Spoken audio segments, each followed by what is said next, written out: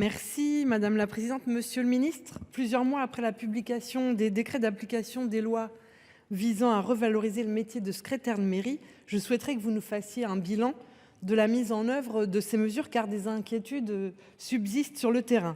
Combien d'agents ont effectivement vu leur situation évoluer en termes d'accélération de carrière, de rémunération, de statut, de formation qualifiante?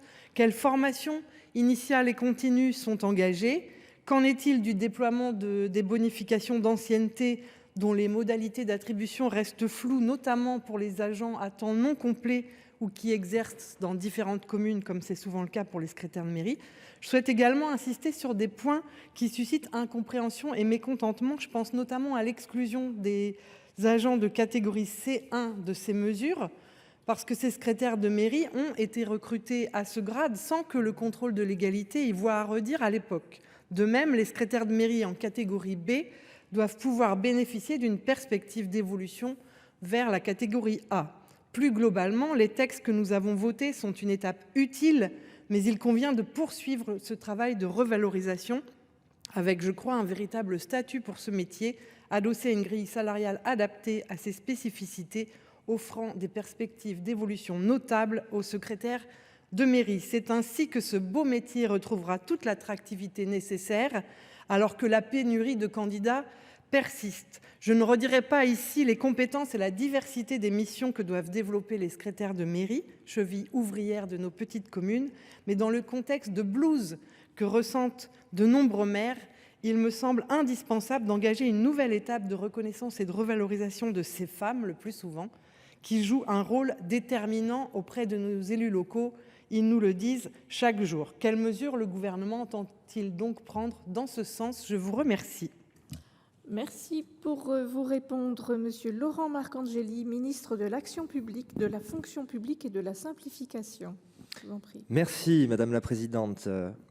Mesdames et Messieurs les sénateurs, Madame la sénatrice Brulin, la loi du 30 décembre 2023 constitue, nous accordons là-dessus, une véritable avancée pour la reconnaissance des secrétaires de mairie. Elle fut le fruit d'une large concertation et d'une prise de conscience collective pour renforcer l'attractivité de cette fonction indispensable à la vie de nos communes, notamment nos petites communes. En facilitant la promotion interne des agents, en s'appuyant sur des mécanismes de promotion internes innovants, le gouvernement a souhaité permettre aux employeurs territoriaux de mieux accompagner celles et ceux qui sont les chevilles ouvrières de nos mairies. Je souhaite profiter de cette question pour saluer l'ensemble des initiatives portées par les élus et les employeurs territoriaux qui visent, elles aussi, à renforcer l'attractivité du métier de secrétaire de mairie en complément de ce que permet la loi.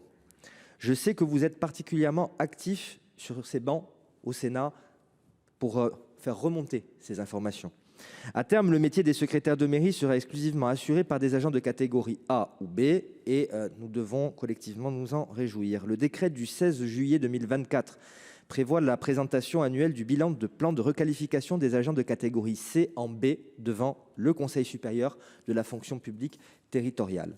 Selon les premiers chiffres portés à ma connaissance, près de la moitié des agents de catégorie C éligibles à ce dispositif, soit 2668 secrétaires de mairie, ont déjà bénéficié de ce plan de requalification au 30 janvier dernier. Ce sont donc autant d'agents qui pourront bénéficier des revalorisations liées à leur reclassement et des avantages liés aux avancements d'échelon. S'il est encore trop tôt pour dresser un bilan définitif des effets de cette réforme, je constate qu'elle est bien engagée et que les employeurs sont déjà nombreux à s'en être saisis. Un travail de consolidation est en cours avec les centres de gestion pour avoir des chiffres consolidés sur l'ensemble de l'année, dont les résultats pourront être présentés au CSFPT du début de l'année 26. À terme, je suis convaincu que cette loi facilitera les recrutements sur ce métier en tension et de créer de nouvelles vocations sur des métiers dont nous avons besoin. Je vous remercie.